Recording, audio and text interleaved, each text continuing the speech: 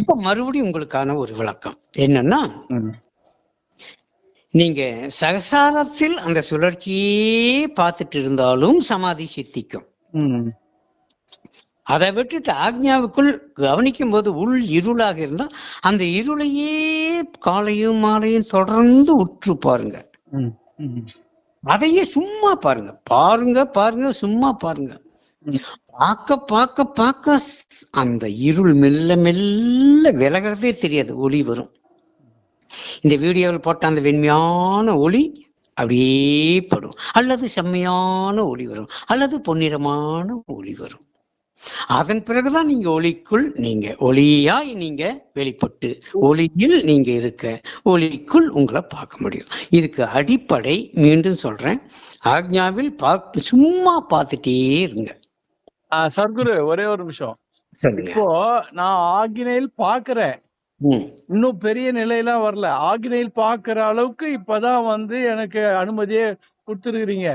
இன்னும் அந்த ஆக்ஞையில ஆக்ஞை மட்டும்தான் பார்க்க முடியுது. நீங்க சொன்ன மாதிரி என்ன முத்திரை இது, அந்த சாம்பு முத்திரையில தான் இருக்கேன் நானு. அது மட்டும் முத்திரை எல்லாம் கரெக்டா வருது. இப்போ ஆக்ஞையில உள்ள பாக்குறதுக்கு இன்னும் நல்ல கவனத்தோட பாக்குறது, உற்று உற்று பாக்குறது உங்களுடைய அருள் தேவை. கண்டிப்பாக அதுக்காகத்தானே இப்ப உங்களுக்காகவே இந்த வீடியோக்கள் போட்டுட்டு இருக்கு. ஏன்னா இப்ப நான் சொல்றதெல்லாம் இதுதான். கீழ்நோக்கு பார்வை பைரவி முத்ராவில் அப்படியே நிலைச்சிருந்தாலும் சமாதி சித்திக்கும். சாம்பவி முத்ராவில் ஆக்ஞாவுக்குள் பார்த்தாலும் சமாதி சித்திக்குது. துரியத்தில் குண்டல்னியே சுழல விட்டவாறு சகசாரத்தில் கவனித்தவாறு இருந்தாலும் சமாதி சித்திக்கும். ஆனா இந்த இரு நிலைகளில் ஆன்மாவாகி உங்களை அறிய முடியாது, ஆக்ஞாவில் தான். ஏன்னா பைரவி முத்ராவில் அது அந்த உணர்வு நிலையில் நீங்க இருக்கீங்க, சகசிராரத்தில் அதே ஆன்மா உணர்வில் இருக்கிறீங்க. இப்போ பைரவி முத்ராவில் தாழ்ந்த நிலையாகிய உணர்வு நிலையில் நீங்க இருக்கிறீங்க. அது இந்த மாசம் வரும்போது ஞாபகப்படுத்துங்க, அந்த பயிற்சி கொடுக்குறேன் மீண்டும். ஏன்னா போன மாசம் கொடுத்தேன். இப்போ நல்லா பாருங்க, பைரவி முத்ரா நாட்டத்தில் நீங்கள் அமைதியாக இருந்தால் அது உணர்வு நிலையில் சமாதி சித்தித்தல். இதே சகசிராரா நாட்டத்தில் துரிய நாட்டத்தில் நீங்கள் அந்த உணர்வோடு இருந்தால் ஆன்மா உணர்வோடு இருக்கீங்க, சமாதி சித்திக்குது. ஆனால் அப்பொழுதும் உங்களை நீங்கள் அறிய முடியாது. சாம்பவி முத்ராவில் ஆக்ஞைக்குள் அந்த உள் உணர்வோடு இருக்கிறதுதான் உயர்ந்த நிலை. இப்போ நீங்க உள்ள சும்மா கவனிங்க, காலையும் மாலையும் காலையும் மாலையும் அந்த இருளையே பாருங்க. அந்த இருள் மறையும், ஒளி கிளம்பும். நீங்க வேற ஒண்ணுமே செய்ய வேண்டாம். இப்ப சரியாக பாக்குறீங்க. எப்படின்னா அந்த உள்நோக்கு பார்வை வரணும். அந்த இப்போ சாம்பவி முத்ரானாலும் வெளிப்பார்வை தான் அந்த கண்கள் இருக்கு. உள்ள பாக்குறது யாரு, எதை கொண்டு பாக்குறீங்க? அந்த மூன்றாவது கண் என்பதுதான் ஆக்ஞா திறப்பு. அதான் உங்களுக்கு உபதேசம் கொடுத்ததுலே ஆக்ஞா உபதேசத்தில் அந்த மூன்றாவது கண் திறக்கப்பட்டதுனாலதான் உள்ள பாக்குறீங்க. அதத்தான் சொன்னது, நோக்கோனாத நோக்கையுண்ணி பார்க்க முடியாத பார்வையினால் யார் பார்த்து பழகிறார்களோ அதான் இப்ப நீங்க பார்த்து பழகுறீங்க. பார்க்க முடியாத பார்வை கொண்டு பார்த்து பார்த்து பழக பார்க்க முடியாத பார்வை வந்துவிடும், மூன்றாவது கண்ணின் பார்வை. நோக்க எங்க நோக்குமே அண்ட சராசரத்தை பார்க்க முடியும். இப்ப அந்த பார்வை உங்களுக்கு வந்திருக்குது. இதுங்க இந்த இரு விழி மூட ஒரு விழி திறக்க உள்முக பார்வையில் இருக்கிறீங்கன்னா இதுதான் ஆக்ஞா பார்வை. இதான் மூன்றாவது கண் பார்வை. நெருப்பறை திறந்த பின்பு நீயும் நானும் ஈசனே, ரொம்ப அழகாக சொல்லியிருக்க. அப்போ நீங்க சாதாரணமா குண்டலினி எழுப்பிட்டு இருக்கீங்க பாக்குறேன்னு அல்ல, மிக உயர் நிலையில் இருக்கிறீங்க. ஏன் உயர் நிலைன்னா இந்த கண்கள் மூடிட்டா தூக்கம் வரும், இல்லாட்டி மன உளைச்சல் வரும். ஆனா கேசரி முத்ரா போடுறீங்க, சாம்பவி முத்ரா போடுறீங்க, இந்த முத்ரா ரொம்ப அற்புதம். இதையும் விட்டுட்டு இந்த இருவிலே அந்த முத்ராக்களில் இருக்கிறது இந்த புறக்கண்கள். ஆனா அகவிழிப்பு ஏற்பட்டு அகத்தின் மூலமாக உள்ள இருள பாக்குறங்கிறது தானே உன்னதமான நிலை. அதுதான் வரணும், அதுதான் உங்களுடைய ஆசீர்வாதம் வேணும். அதான் இப்ப பாத்துட்டு இருக்கீங்க. இப்ப 4 மணில இருந்து நீங்க எதை கொண்டு பாத்தீங்க நல்லா கவனிச்சு பாருங்க. புறக்கண்கள் எந்த முத்திரையில இருக்கோ அதை பத்தி கவலை இல்லை, ஆனா உள்ள பாத்துட்டு இருந்தேன்னு சொல்றீங்களா, பாத்துட்டு இருந்தேன். அதுதாங்க முக்கியம். அதுதான் அகவிழிப்பு, அதுதான் மூன்றாவது கண் பார்வை. அப்ப அதுதான் ஆக்ஞா பார்வை. இந்த பார்வையை மட்டும் காத்தாலே சாய்ந்த இந்த பார்த்தாலே போதும். இந்த பார்வையால் தான் அந்த உள் இருள் விலகும். ஏன்னா அந்த 3வது கண் பார்வையால் தான் அந்த சூனிய வெளி விலகும். சூனிய வெளி விலகுனதுமே பரவெளி தோற்றத்துக்கு வரும். அப்ப இந்த 3வது கண் பார்வையால் தான். இந்த நெற்றிக்கண் பார்வை என்பது ஆக்ஞா பார்வை என்பது அக விழிப்பு என்பது உள்நோக்கும் நோக்கமே. உள்நோக்குகின்ற தன்மை என்றால் இரு விழி மூட ஒரு விழி திறக்கிறது. அந்த விழிதான் 3வது கண். அந்த பார்வையில் உள்நோக்கும் பொழுதுதான் இந்த சூனிய இருள் அகலும்.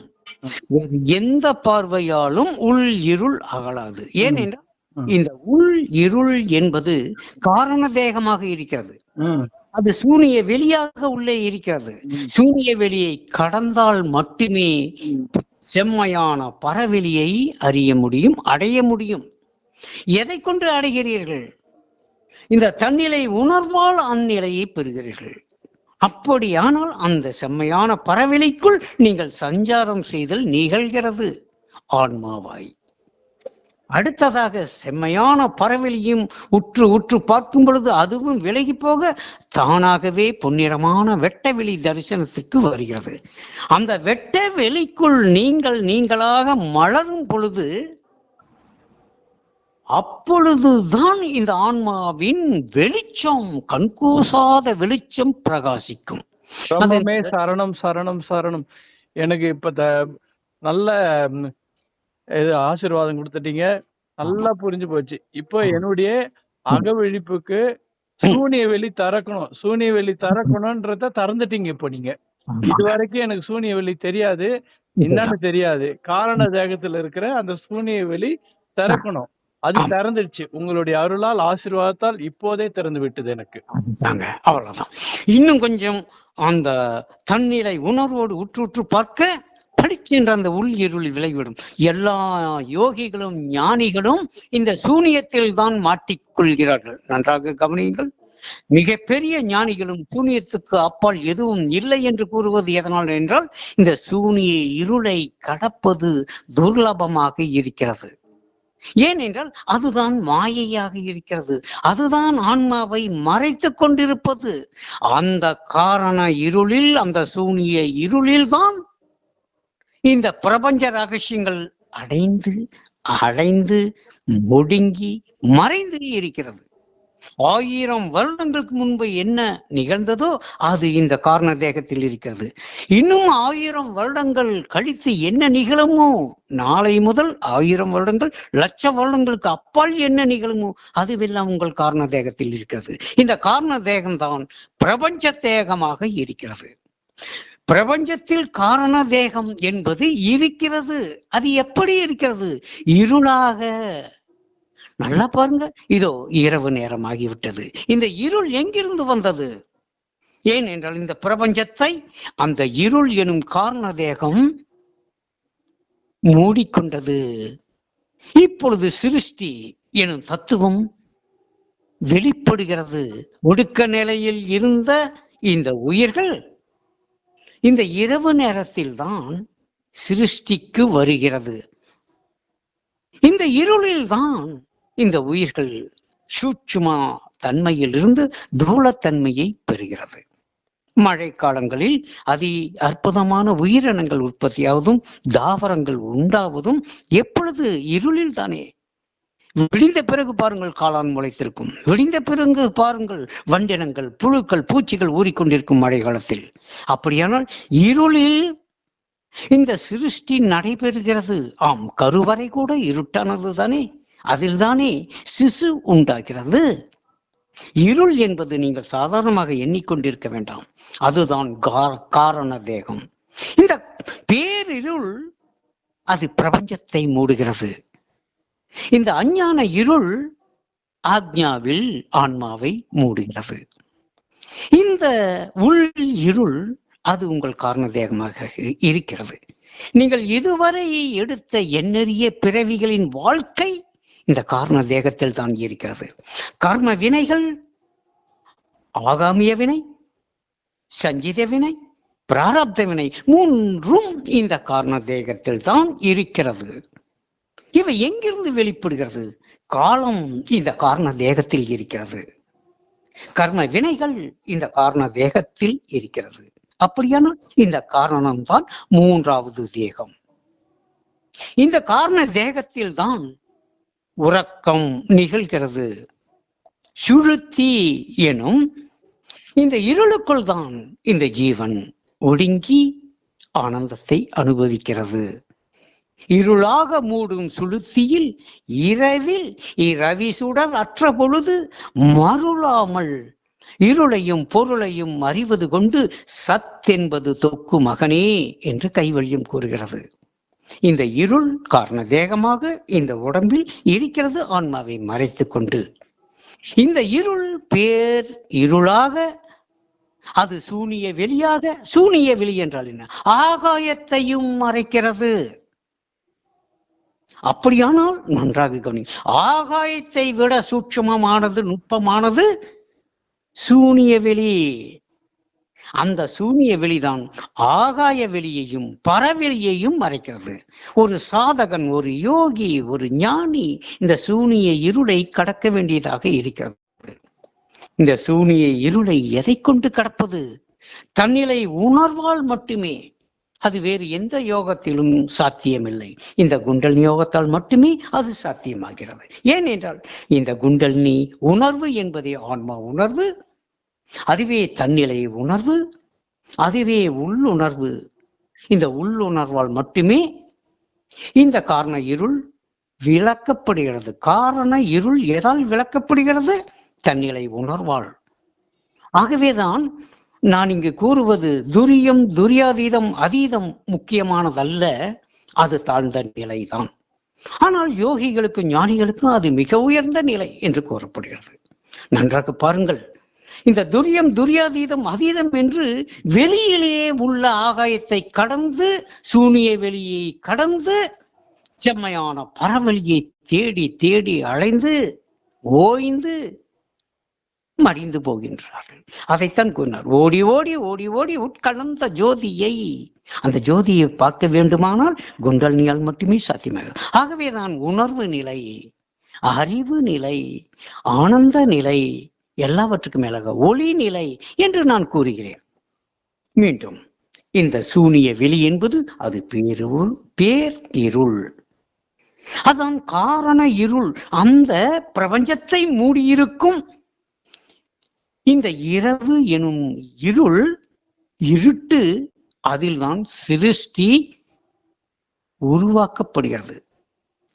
சிருஷ்டி என்பது இந்த இருளில் தான் நடந்தே இருக்கிறது. தாயின் கருவறையில் சிசு வளர்வதும் உற்பத்தியாவதும் இருளில்தான். இருள் இல்லா வித்தில்லை, இருள் இல்லா ஜீவன் இல்லை, இருள் இல்லா இருமைகள் இல்லை. அத்வைதத்தில் மட்டுமே இந்த இருளை நீக்கி ஒருமைப்பாட்டோடு ஏகம் அத்வைதீதம் பிரம்மம். இந்த பிரம்மத்தை அறிவதற்கு முன்பு ஆன்மாவாகிய உன்னை நீ அறிந்து கொள்ள வேண்டும். ஆனால் அறிதலுக்கு தடையாக இருப்பது, இப்பொழுது நான் இந்த தேகத்தை விலக்கிவிட்டேன், குணங்களை நீக்கிவிட்டேன், மனதையும் கடக்க செய்து விட்டேன். சமாதி நிலைகள் சித்திக்கிறது, சந்தோஷம், மகிழ்ச்சி. ஆனால் ஆக்ஞா பார்வையில் அந்த உள் இருள் நீங்க வேண்டும். அந்த உள் இருள் நீங்கும் பொழுதுதான், காரண இருள் விலகும் பொழுதுதான் இந்த ஆன்மாவை தரிசிக்க முடியும். அதுவும் உடனே அல்ல. காரண இருள் விலகி செம்மையான பரவெளி தரிசனம் ஏற்பட்டு அதையும் கடந்து பொன்னிறமான வெட்டவெளி, அந்த தரிசனத்தில் நிலைத்து நீ உள்ளே செல்லும் பொழுதுதான் இதுவெல்லாம் உமக்குள் நடக்கும். செல்லும் பொழுதுதான் இதையெல்லாம் அறிந்தது யார்? ஆன்மாவல்ல. நீங்கள் அங்கு அரசனாகத்தான் இருக்கிறீர்கள், பிரம்மமாய். இதையெல்லாம் அறிந்தது, இதை அறிந்தது எது? அறிவு. இது காரண இருள், இது செம்மையான பரவெளி. அதுதான் இந்த காரண இருள் என்பது சூனிய வெளி. சூனிய வெளி கடந்தால் பறவெளி, அதையும் கடந்தால் பொன்னிறமான வெட்ட வெளி. ஆனால் இதை கூறுகிறார்கள், வெட்ட வெளி மெய் பொருளை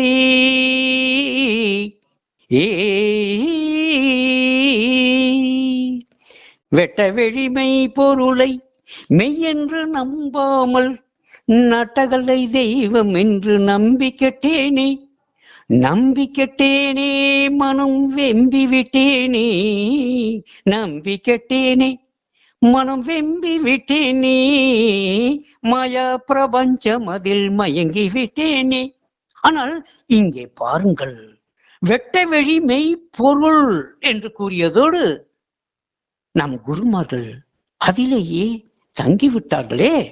ஆனால் மீண்டும் நம் குருமார்கள் கூறுகிறார்கள், பௌர்ணமி தீட்சா அனுக்கிரக வல்லபம் என்பதில் ஓம் பிரகாசரும் ரத்தின சத்குருவும் கூறுகின்ற ஓர் உண்மை என்னவென்றால், இந்த வெட்ட வெளி யாருக்கு தெரிந்தது? இந்த வெளியை அறிந்தது அறிவா அல்லது அறிவை அறிந்தது வெளியா? இது சாதாரண சாதகனுக்கு மிக குழப்பமான ஒரு கேள்வியாக இருக்கும். நன்றாக பாருங்கள், இது ஆகாய வெளி, அதற்குள் சூனிய வெளி, அதற்குள் செம்மையான பரவெளி, இது வெட்ட வெளி என்று இவற்றை அளாவி நின்று அறிந்தது எது? அதுதான் நான் என்றால் இல்லை, அது ஆன்மாவல்ல. இதை அறிந்தது அறிவு. அறிவு வெளியை அறிந்தது, வெளி அறிவை அறியவில்லை. நன்றாக பாருங்கள், இந்த முப்பாலும் தாண்டி அப்பாலானது சிவம் என்று கூறப்படுகிறது. அப்படியானால் இந்த வெளியை அறிந்தது அறிவு, வெளியை அறிந்தது அறிவு எனில் அறிவை அறிந்தது யார்? மீண்டும் கூறுகிறேன், இந்த வெளியை அறிந்தது அறிவு என்று யாருக்கு தெரிகிறது? அறிவுதான் வெளியை அளாவி நின்று அறிந்தது என்று யாருக்கு தெரிகிறதோ அதுதான் நீங்கள், அதுதான் நீ, ஆன்மாவாகிய நீ. அப்படியானால் அந்த ஆன்மாவாகிய நீதான் பிரம்மம். இப்பொழுது இந்த காரண காரியம் ஏகம், அதை கண்டு தெளிவதே விவேகம். ஆகவே இத்தகைய அற்புதம் உமக்குள் நிகழ சாதனா புரிய வேண்டும், சத் சங்கத்தில் திளைத்திருக்க வேண்டும், ஞான விசாரணையில் மூழ்கி இருக்க வேண்டும், பயிற்சிகளை தொடர்ந்து செய்து வர வேண்டும். என் அன்பு நிறை அருளாசி, நன்றி செய்க, நலமே பெறுக. பிரம்மமே. இன்னைக்கும் ஒரு அற்புதமான உயர்நிலை தத்துவம் உங்களுக்காக விளக்கப்பட்டிருக்கு.